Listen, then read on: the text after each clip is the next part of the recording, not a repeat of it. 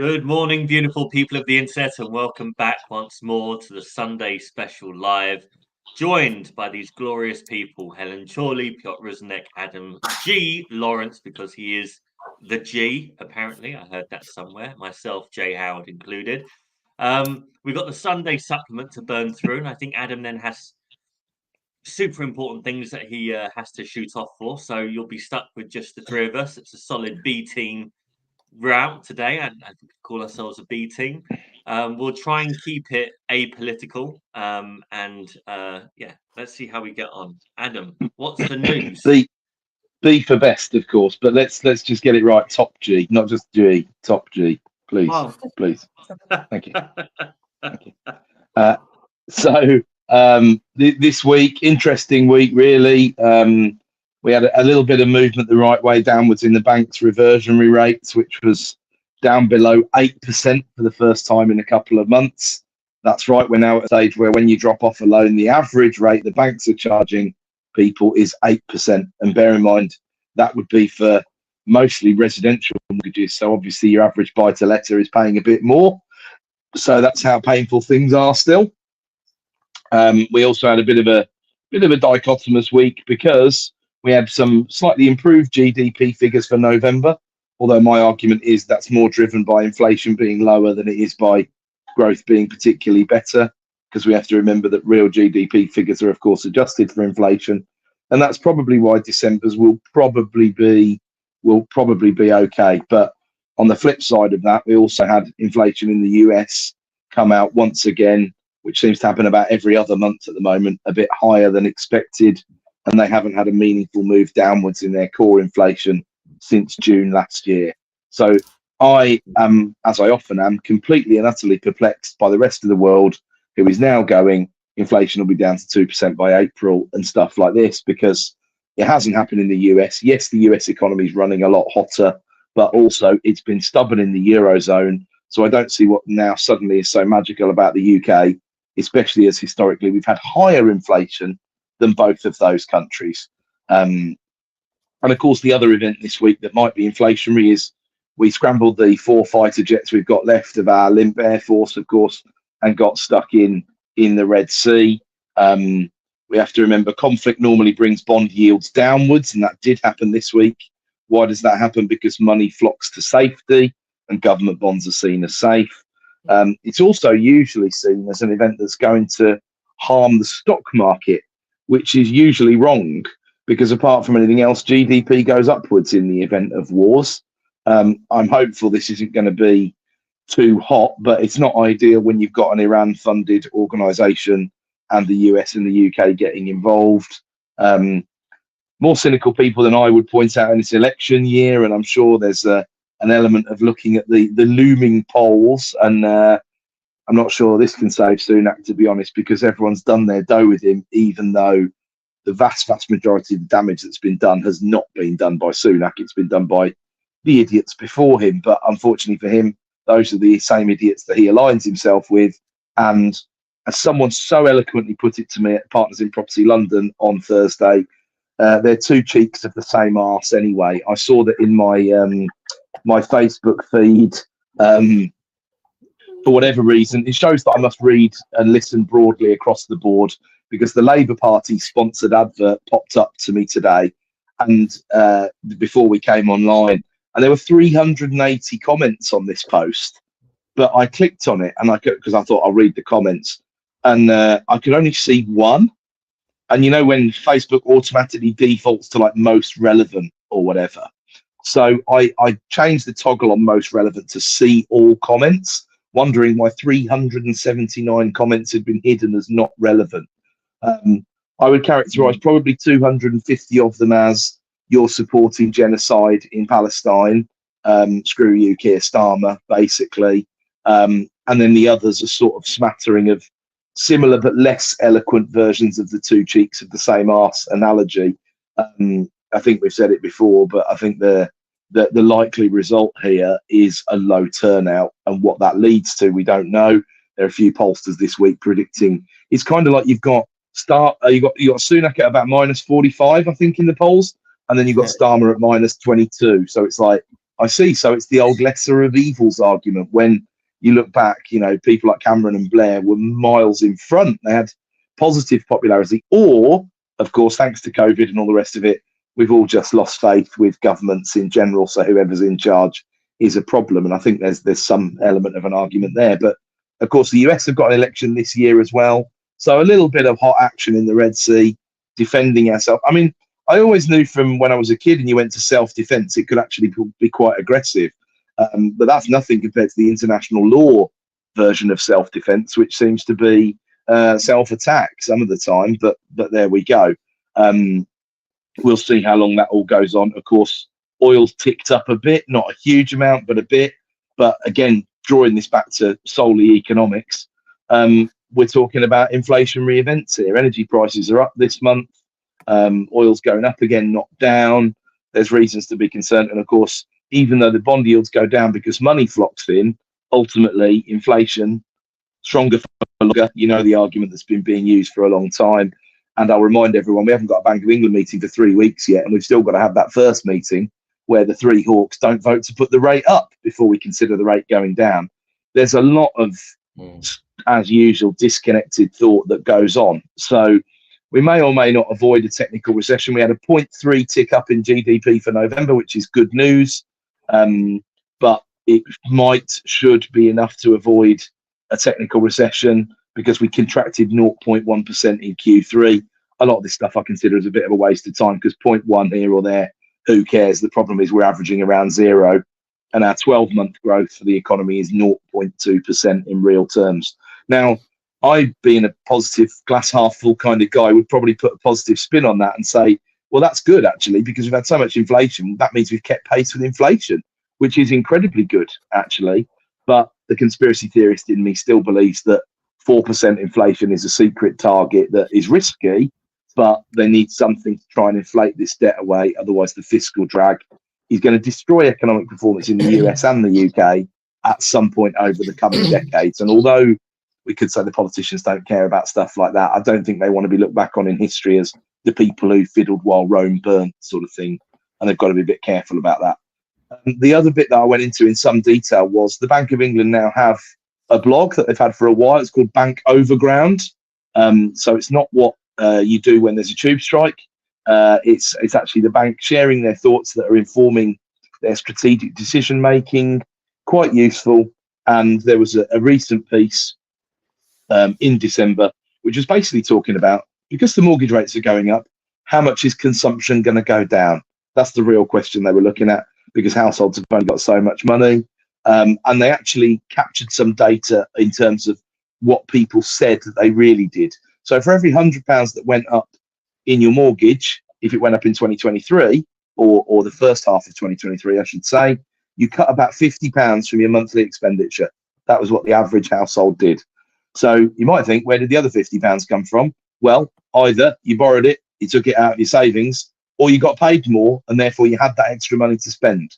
But that's a little bit of a measure of how much does it impact the economy. And I do like the idea of the Overground series because it shares the insights, and more of them have been about property in the past 12 months than for a very long time. So I'm going to be looking into that a bit more in future. I also had a bit of a snipe at Rightmove's 3 most important things for the rental market this year, because none of them looked like they should really be in the top 3, to be honest. But they were, affordability will be a challenge. It's something I directly disagree with, because no one is talking about how much affordability has gone up. And the Bible of statistics on this stuff is the ONS, real household disposable incomes, that are now at a record high. So whilst everyone's busy moaning about cost of living crises and all the rest of it, on average, the average person is doing better. I think that actually probably some bad spending habits have crept into people's budgets, probably because they've had free money from the government. And I'm sorry to sound like such a miserable git on that front, but that is really what I believe. And I think people need to manage their own household budgets better. It's as simple as that. The cost of living crisis, as far as the stats say, is officially over. And now, of course, there'll be a small percentage of people who are still impacted really negatively. But I think people need to slap themselves around the face, start from square one, and have a real look at their household spending and budgets, apart from anything else. They also mentioned that the renters reform bill is meaning that people are going to scale back on EPC upgrades, which makes as much sense as the way I've just said it. I mean, it makes no sense at all. I can't see the two things really being correlated.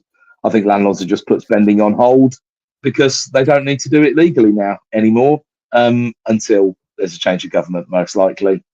And I can't even remember the third one. It was such a filler of column inches. So that's how weak that was. But Rightmove's analysis, Rightmove are such a monopolistic company because Zoopla's analysis is about 100,000 times better, and Rightmove don't do anything about it. They just know that they're the incumbent on the sales side, and there you go. I think the third one was pricing things realistically or something like that. But I mean, I also remember the market. We're putting a guide how to sell the property in the auction, like the ultimate guide how to sell the property in the auction. And while doing research, we came across Rightmove article, and that article is saying, "Oh, you need to dress up the property before you put it into the auction." I mean, like, what? This is insane. Don't do that. It's like the reverse of the Paul Ribbons. You know, you do dress it up. You just don't dress it up like a normal sale. You dress it like an auction sale. Spray paint on the floor, whitewash walls or whatever. Yeah. Oh, some of those articles are just funny, and like you said, they're just filler words. Brilliant. I think we are possibly losing Adam now. It's 9:20, so I said he might be going around that time. Oh well, now we have to take over moaning about Rightmove economy. I'll be honest, I spend a lot of time. I look at the Rightmove and Zoopla data, and the Zoopla data is pretty much taken from it's gone straight out of my head. They get their data straight from Land Registry. There you go. That took far too long to get out of my head. Sorry. Yeah. Child was awake at 5 a.m. and I've been watching Peppa Pig just as an excuse for my terrible mental capacities this morning. They get it straight from there. But I was talking to someone who does who works in the data field in terms of like collation, purification, measurements, all that kind of stuff. And they said that the land reg data is appalling, especially when you consider how they record commercial property transactions, because they don't record them properly all the time. And then then it's recording HMOs and things like that. Apparently, they're not very good at recording that kind of data. And recording auction transactions or trying to record back-to-backs. They don't most of the time. If you're doing a back-to-back, a trade like we would do it, with us being the person that gets skipped over for stamp duty purposes, they almost don't register that either, which I think is problematic because it makes it difficult if there is a limited title guarantee issue. You can't do full routed title if you skipped over our transaction. You don't see who the person was. Well, it's problematic, but I wonder how. Then you kind of have to hope that the people at Zoopla are really, really very good at kind of deduping that information, applying market sensitivity, so trying to figure out, well, this is what we've actually seen marketed and listing. This is what the agents are telling us when a sale goes through or when the price is dropped and things like that. So hopefully they're taking the root information from Land Reg, applying their own internal data and coming up with something that's somewhat useful. But I remember I was working for an auctioneer. This was almost 10 years ago. I started working for them on the 17th of February 2014. Some dates you just don't forget. The date I entered hell. No, it's working in an auction company. Any auction company is a crucible. It's an absolute tempest of fire and brimstone because everything moves so fast. Anyway, I started working there, and not the first person I spoke to on the phone, but one of the first conversations I heard one of the sales guys having. When this kind of conversation happens, they put the person on speakerphone, the whole office goes quiet and we listen. And this person was like, well, I've got this 3-bedroom house. I can't remember what it was, some place in London, southeast, I think. And the Zoopla estimate for my house is £560,000 or whatever it was. And the guy I'm talking about who put the call on speakerphone was an absolute arsehole, still is. Doesn't work for that auctioneer anymore, thank God. And he basically tore the entire estimate down. Like he went at that point, we had Lonres. As an agent, you have the background data for Rightmove, which means you can see historical transactions, and literally just tore down that £560,000 to it's probably worth 420, and that's if you've tarted it up. And that was my first real impression of how bad the Zoopla price estimate mechanisms on their website were.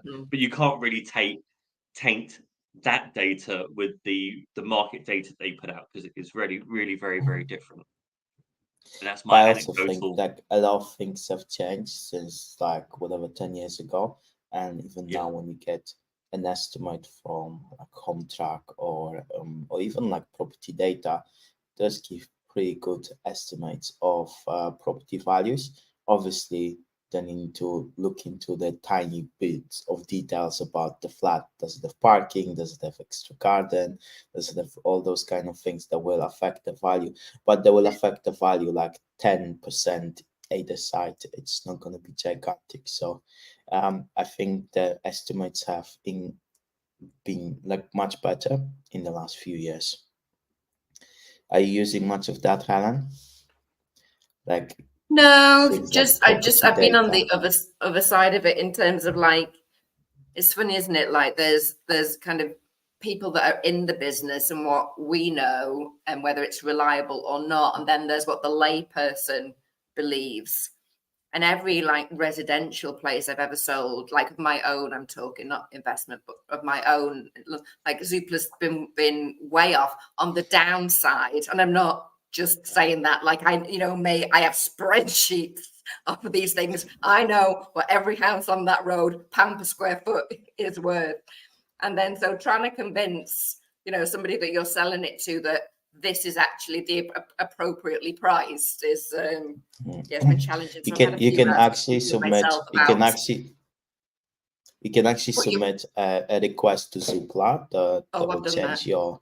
I've had rows with them. Oh yeah. So I've sent them all my data. I've sent them historical data. They're not good listeners in my experience. Not many people are.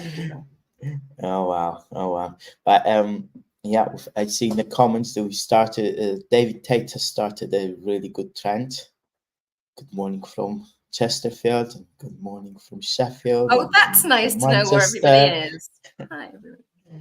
And I guess Rakiba is probably in London. Morning, Rakiba. Oh, look, there's a good northern contingent. Yay. Landing, South London, I bet.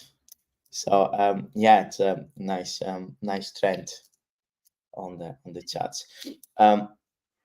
Great. Well, I think. Where are you, Piotr? You back in Portugal? Yeah, I'm back in Portugal, back in my desk. Feels like work is flowing now, full force. With your little suspect plant in the background. A couple suspect plants. I promise it's not marijuana. Brilliant. Good stuff. Well, it's good to see someone of those people from the north, because we're actually planning a couple of events that will be spread. I think I might stay with Omar and Safe. More details will come soon, but yeah. How's the YouTube channel going? It's going pretty good. Cool. We 200 subscribers. Excellent. And yeah, the videos also I think are getting better. I think we're getting better at that. I think we're enjoying it. I think that's the part that's we're enjoying it. So that's good. It's actually really fun to kind of we all kind of come from reviewing properties, whether they're auction or otherwise, with different hats on, and different ways of looking at things. But yeah, the last set of recordings we did recently haven't been released yet. The last one especially got a little bit spicy. So yeah. So one is coming tomorrow. One is coming tomorrow. It was Jay's pick, and it's in London, and it's messy, proper messy. I think people will want to watch that episode tomorrow at 7 p.m. Cool. That's all I can say. I've not been authorized to release more information. Whereabouts in London, Jay? Or is it It's an NW postcode, and it's close to the A406. That doesn't narrow it down for northwest London, but still, yeah. Not my neck of the woods then. No, although No. I did see something. Your Vauxhall or your place is Vauxhall, Victoria. Vauxhall, it's one of the V's. Yeah, I saw something in Vauxhall. I think it was in Savills. I was going to send it over to you, but it looked crap, so I didn't send it over. And not the wrong kind of crap. It's not the right kind of crap for auction. It looked crap for auction, but you know what I mean. Yeah. Yeah, but I think that property tomorrow, that's going to be a good, like seeing how it does in the auction is going to be a good barometer how all other properties are going to do, because normally if the market is a bit wobbly, those messy properties don't do very well because people tend to stick with the simpler ones.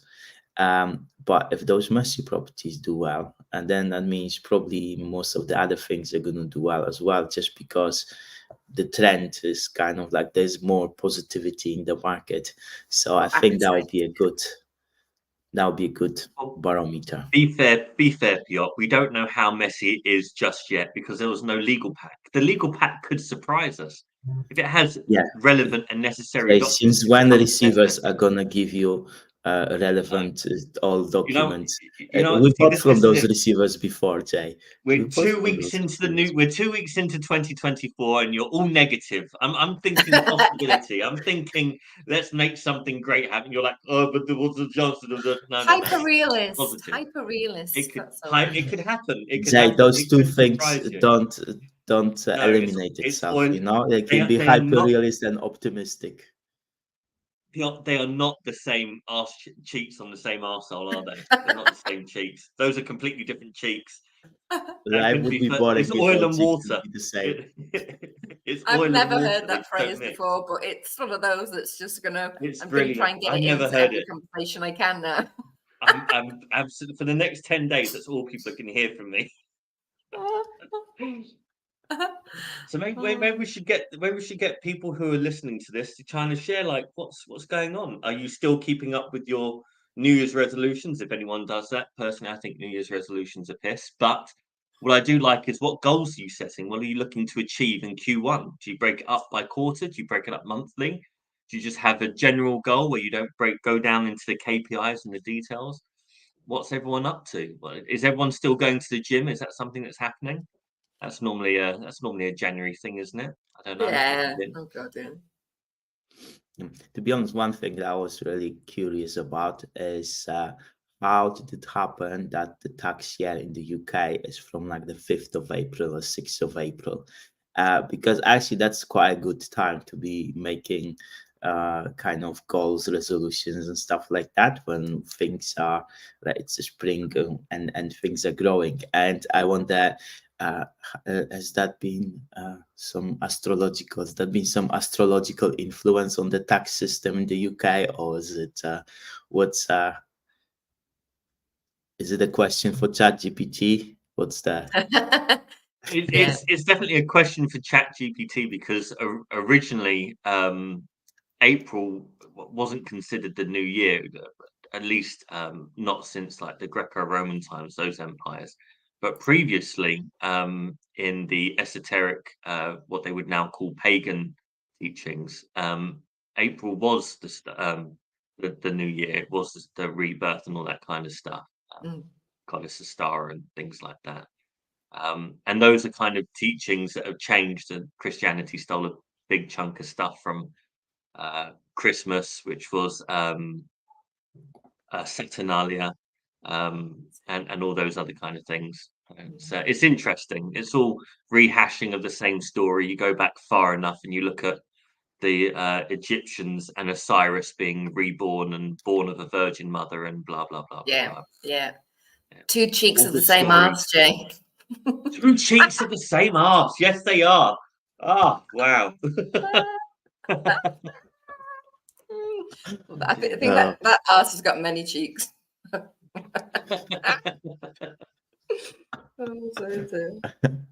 Every week we do a summary of this of each episode. We put it through the AI that summarizes it and stuff like that. I'm looking forward to the summary for this week.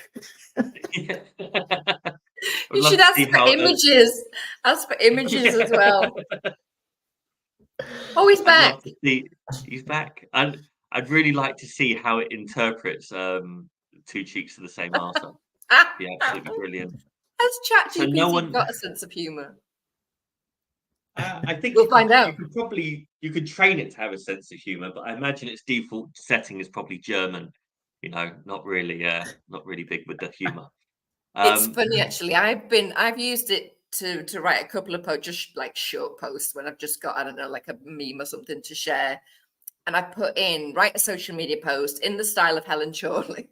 And ChatGPT's version of in the style of Helen Chorley is just to smother it in emojis. It's like, oh wow, same American drivel. It definitely thinks I'm American. Same American cheesy drivel, but just splattered with emojis. I'm like, okay, thanks. So when you do that, have you trained it by putting in previous posts saying this is how Helen Chorley writes? That you've done all that training thing, I've and had it still the makes VA you American. like load up. Actually, I've had it load up like my property investor news articles and things like that, but I can't say it's working fabulously. So yeah, it spits something back out, and I say another again, funnier, like less cheesy, less American.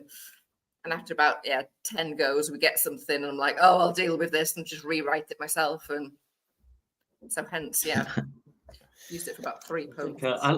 I like using it to kind of, because sometimes it would just structure something, even if not all the words are right or it needs to change a tone, because so basically starting an entire thing off or putting the structure of it is the part that I find takes the longest if I'm drafting something out. So this kind of just cuts that time down massively, even if I have to go over it twice. Normally what we're left with is something that AI had kind of instructed it to put out, but B, I've kind of taken all of the bits out there that are incongruent or don't match my style and things like that. So I think if people are looking to treat it as you give it the information perfectly and it spits out perfectly, it just doesn't work like that. No. It's always you always need that human touch to make the article relatable. Yeah. I have used it more actually. So I've started, I'm on my menopause mission, on menopause information sharing mission. I've started a new Instagram, Helopause. And I've used it for that when I'm just getting factual information or 5 top tips or something that's just, quite information based. I've used it a lot for that. And that's been an amazing time saver. And then just, again, tweak it accordingly. But that's been really useful. And give me a follow. Helopause. Helopause. Yeah. Brilliant. I saw an advertising of an app that allows you to just speak, like make voice notes, but like all rambling, all kind of stuff, and then those ramblings are then organized into kind of notes and stuff like that. And then you just keep it, and then it can combine all kind of notes, and then you just speak to the phone, like. We need to share that because I've used. Let me get an affiliate link. 2 seconds. Let me make some money out of this. Fair enough. He's a trader. I've used Otter, but the stuff again that Otter spits back at you takes so much editing afterwards. But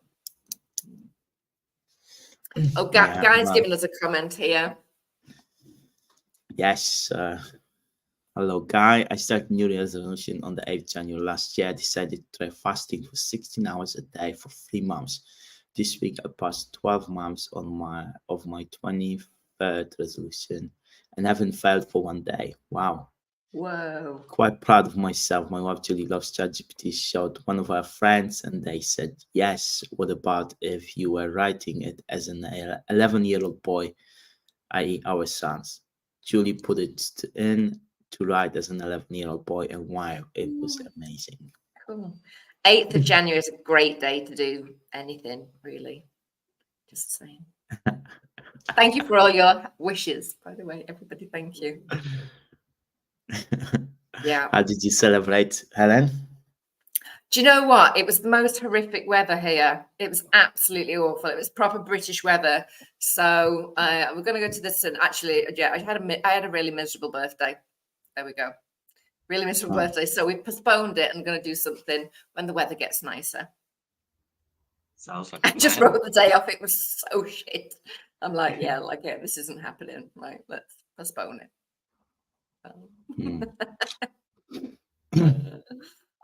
But fasting, I'm big into fasting, guy. I'm there with you. There's an amazing book. She looks around to see if she got it. It's in my bookshelf over there. Because women have to fast differently. This is all part of my menopause deep dive. Women have to fast differently to men. Women can't or shouldn't.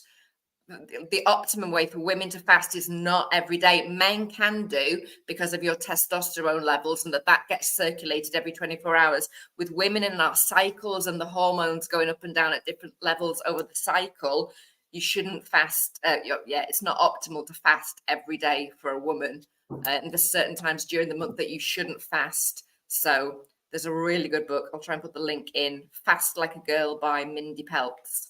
She did an amazing podcast with Stephen Bartlett. That's what got me into it. I listened to it and I went straight into a 36-hour fast. Don't actually recommend. I build up to it. That was a bit extreme. Shared it with a friend and she did the same. There's something really compelling about that podcast. Sent it to my friend. Yeah, Mindy Peltz. Yes, Helen Hodgson's just commenting there. Yeah, Mindy Peltz. Yeah. Amazing. I sent it to my friend and then she did it too. And it's a for a menopausal woman, I had to tell you, it's a game changer. I've lost 11 kilograms. I've been doing healthily, but I've been doing intermittent fasting now since I think towards the end of October. And there have been some days where I haven't kept up with it, like date night or whatever. You just go out and eat. But overall, I don't measure myself because I fall into negative habits with that kind of stuff. But I can definitely tell that I've lost big chunk of weight.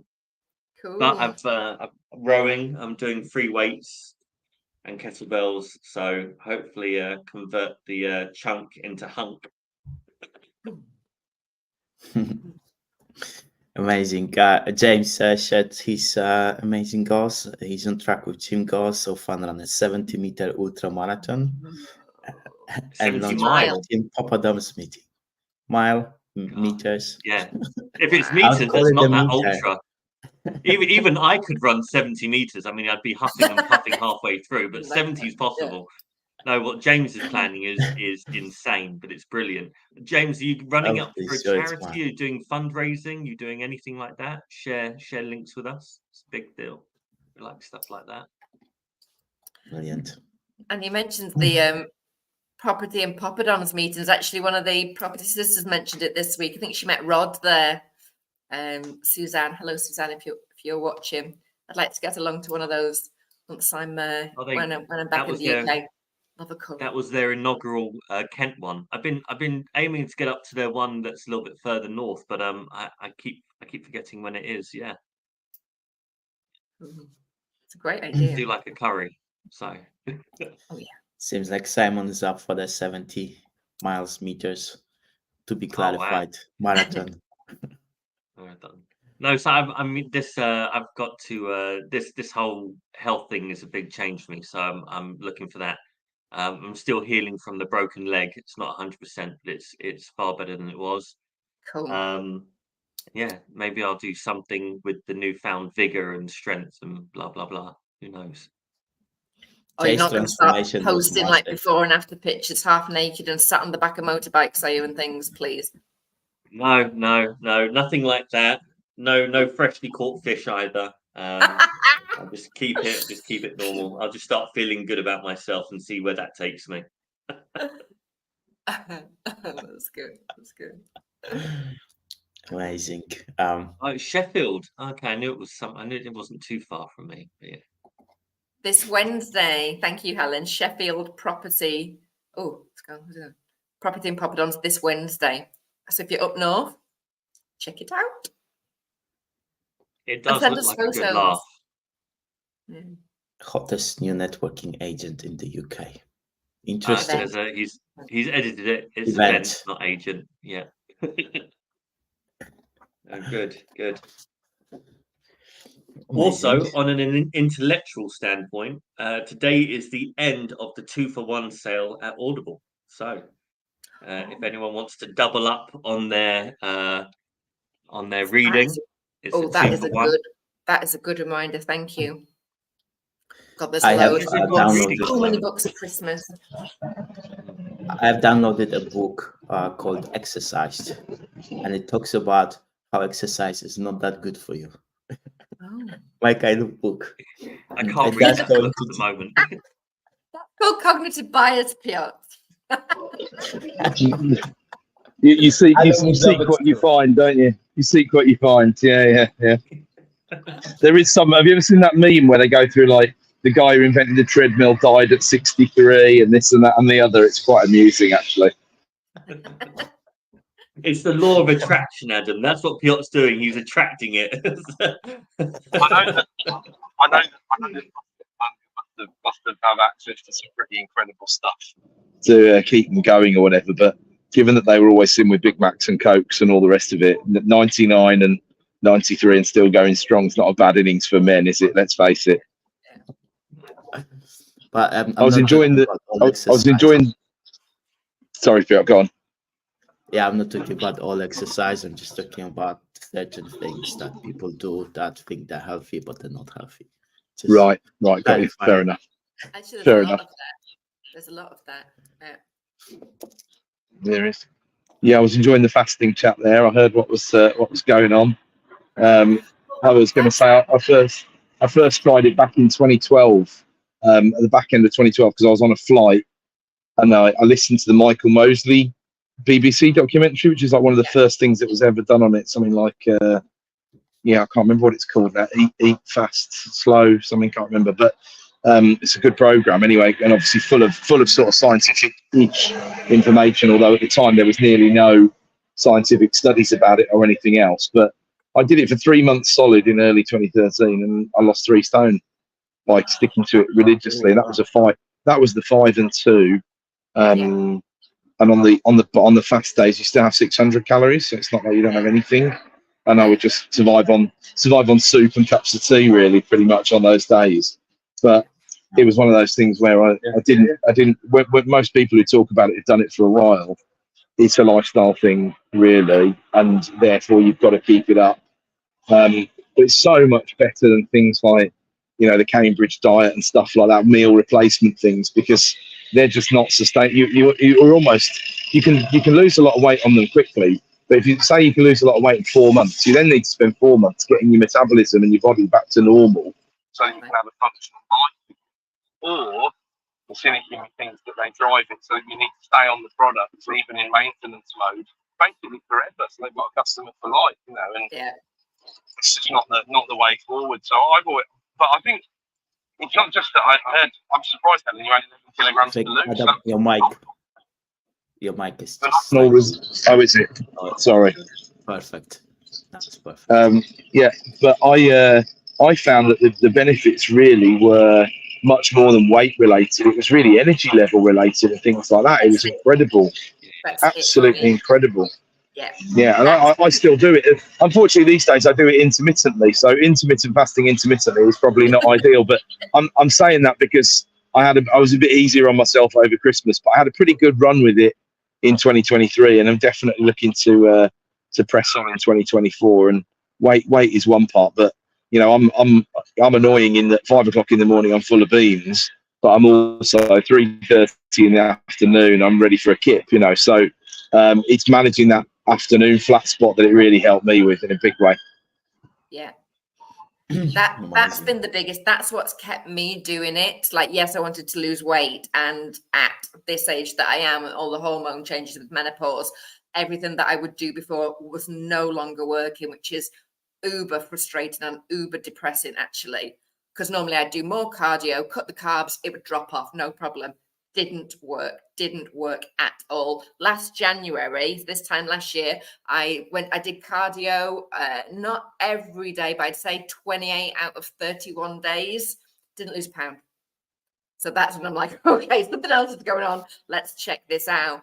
But so once I started the fasting, it's exactly that, Adam. And actually, I'm very energetic today because I didn't eat last night. Sometimes I do like a 24-hour fast. So eat earlier in the day and then like skip all day till dinner the next day. And my energy is off the charts. It's amazing. So it does some incredible things to your brain, doesn't it? Whatever hormonally is going on, once you push past that sort of 24-hour flat spot that you sometimes get, it can be really phenomenal, can't it? Yeah, she talks about that. She talks about actually what the different lengths of fast do for different things in your body. So there's better ones for weight loss. There's ones where it'll just like reset all your gut microbiome. There's ones if you want to like improve like your brain. I think autophagy kicks in after 17 hours. She goes into all the detail. It's such a good book. Well worth looking at. I read a book. Sometimes I suppose it's helpful to share something that wasn't helpful rather than all things that were. But I definitely recommend people looking it up. But there is a book called Delay, Don't Deny that was championed because it was written by a non-doctor who just discovered fasting, and it worked really well for her, and she's adopted it as part of her lifestyle. But the central message of it, you can probably tell, is you can have what you want, but you just have to delay when you eat it. And I found for me that absolutely didn't work, because even if I fasted 23 hours and ate for an hour, in that hour I could eat 3,500, 4,000 calories if I had everything that I wanted. And if I did that, my BMR is not 3,500, 4,000 calories. I don't do enough moving around and enough exercise, and I'm too old, realistically. So I was putting weight on using that philosophy, and realised pretty quickly, I was like, it's not a hack for being able to eat anything you want and just the time window thing. It's just what to call it, really. It's a philosophy, isn't it, really? That's what it is. It's a school of thought, really. I mean, but I do think it's got lots and lots of benefits, but you also find you're ramming the water in like you never have before, especially in the summer. It's like you're up to sort of 3.5, 4 litres a day, no problem. But I've been surviving on trying to keep the fast clean is something that somebody advised me that seemed to work well. So I switched down from having normal cups of tea to peppermint tea because there's no milk in it, and that worked quite well for me as well. Yeah. And then actually how you break the fast as well, because when I did that 36-hour one, I hadn't read the book, I just listened to the podcast. I obviously got to the end of it and was like, whoa, with just like, bad, naughty shit. It's like, yeah, that's not really the way to do it. So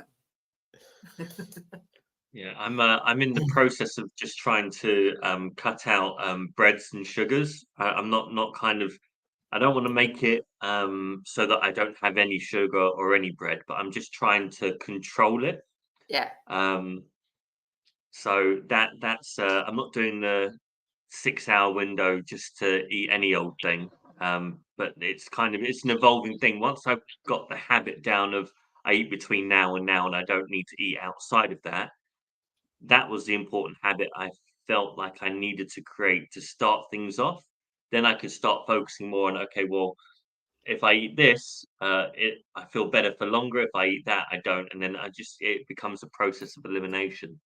I think that's a good way to do it. I tried to cut out sort of unnecessary bread or like just slices of toast or whatever, things like that, years and years ago. But I make sure if I'm going to have it, it might be like a nice French stick or something that's freshly baked, so that at least if I'm having the bread, I'm making the most of it. And of course, that hasn't necessarily got all the preservatives and the stuff that's bad, especially in the white bread, that makes it very difficult to process and makes you feel sluggish and all the rest of it, you know. But I can't say I don't have bread at McDonald's when we go in there, so it's Still need to work on that one. Although I did have a keto double quarter pounder with cheese, no bun. And McDonald's seriously need to be pressured to work better on that stuff, because if you go to Five Guys, they offer you a lettuce wrap. Your voice has gone again. Sorry. They offer you a nice lettuce wrap burger in Five Guys. And it's done really, really well.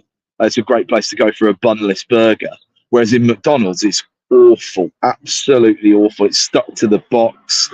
It's just it's absolutely terrible. Oopsie. Not that you can really compare a Five Guys and a McDonald's burger, because they're just, it's like comparing, a studio flat and a mansion. The really, same isn't it? arsehole. Yeah. I'm never going to forget this saying. It's changed my life. I'm so happy whoever told you that, so you could tell us it as well. It's I feel like magical. you need to write a post about it, Jay, because some of those pictures that you find to go with your post, You know you've what? had a really good one for that. Done. When I heard it, I did think that's got Jay Howard written all over it. That has. It really, really has. It's a proper signature phrase, isn't it? A Jay Howard special. It's absolutely stunning. Absolutely stunning. I think you should just adopt it as your own. I'm going to have to shoot off again, guys. Sorry for being a bit disjointed this morning, but I'll still be listening to the chat. I might be able to sneak the odd comment in. Not sure if it'll be of any value, but I'll keep it in my ear. But I'm going to have to shoot off the camera anyway. Thanks, folks. Always. Cheers, Adam. Bye. Guys dropped a long comment about ultramarathons and how he's also training for Team Fitness Challenge, scoring points and all kind of things. More of this comment on, I think cut through halfway through, but more of this comment on my Facebook, and you can read the whole comment there. Thanks for commenting, guy.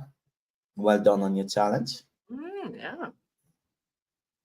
So I'm about to start reading a book, and I'm saying it ominously like this because it was a book that was recommended to me, I don't know, maybe 15 years ago, and I never thought about it again. I'm just let me just get the details here. And then I saw a list on BookTok. So TikTok has got different communities, and I just listened to what everyone's reading. It's really sad, but I really enjoy it. And I was at the Property Investor Awards. I was sitting on Helen's table, and I was probably in the best sandwich of that table. I had Helen on one side, and I had Amy Rowlandson on the other side, and it was a brilliant night. And Amy's always brilliant conversation. And she said, "What are you reading now?" So I'm just finishing this fantasy series I've been reading. It's 14 books. It's a marathon. Blah blah blah. But I'm moving from that as a palate cleanser to As a Man Thinketh, from Poverty to Power. And she said, "Okay, that's not a palate cleanser, Jay. This book will rock your world." The book is by a guy called James Allen. So the title is As a Man Thinketh, and from poverty to power. So that's the whole title there. I'm scared to read it now based on what Amy has said, because I've read some of the reviews, and they're pretty much all 5-star. It's 4.6% reviews on Audible. So there's a 2-for-1 sale on Audible at the moment. And if you're feeling brave and you want a real kind of a mindset jolt, this is apparently the book. This is the book. So if you got, is it one book with a long title, or is it? It's one book with a long title. Yeah. Okay. So I'll bring it up to so it's As a Man Thinketh, and From Poverty to Power. I don't even know why, and it must have been 15 or 16 years ago, someone recommended me this book. The audiobook is 4.5 hours, so it should be a quick run. Yeah, it's manageable. But this is kind of this feels like it's going to be. That's the one. Oh God, here it comes. She's been up since 5 this morning. Hello, bud. Hey! Okay. So yeah, that would be my book recommendation. If you have a couple of credits going spare, definitely have a think about that. I've not read it yet, so this is a recommend. I kind of want people to come along the journey with me. That sounds like I'm a real scaredy cat, but Amy put the fear of whatever is in me. She just was like, yeah, you need to make sure you read this. But it's a small book, but all the comments like it's pure gold. It's so wise. It's it's a real mental shock, and it gets you where you want to go. So there's some really good positive comments about it. Ooh, Are you guys reading anything interesting? Is that on the 2-for-1 offer? I don't know if it's It's on the 2-for-1 not. offer, which is why I say if you have a spare credit, I think it's worth a spare credit. Cool. Brilliant. I got bought the book Manifest by Roxy Nafouzi. So I'm going to start that. Actually, I've got about 5 books on the go at the moment.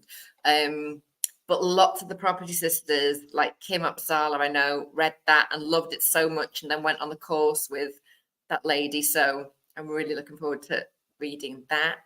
And I bumped into the lovely Emmanuel Ezekiel before Christmas at the airport, and he gifted me a copy of his and Julie Hogbin's book. So thank you for that. That's on my list. And there's something else. I'm sure I got given another one.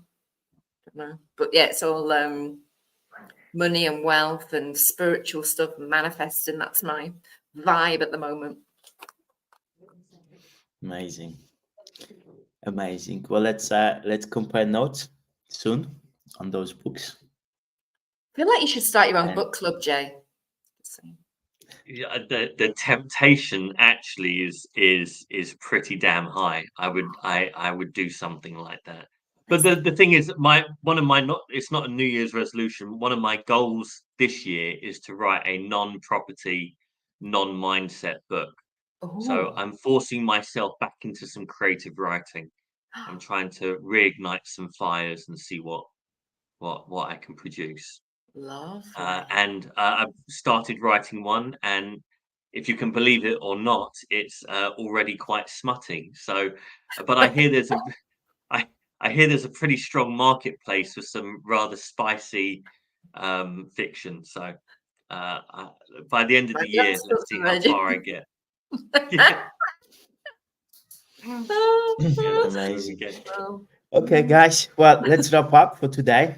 Everyone, thank you so much for your comments. And Ruth, hi Ruth. Ruth is on. Ruth's up for it. Mills and Boone. All right, I've got one customer. Okay. I was thinking, women of a certain age, Jay, you might have a good audience. So. Well, let's see. Hopefully, we'll see if we can get every single one of the Property Sisters, juniors and seniors, to buy a copy when it comes out. Let's. Yeah. Amazing. Okay, thanks everyone, and we'll see you all next week. Have a lovely Sunday. Thank you, everyone. everybody. Thanks for your comments.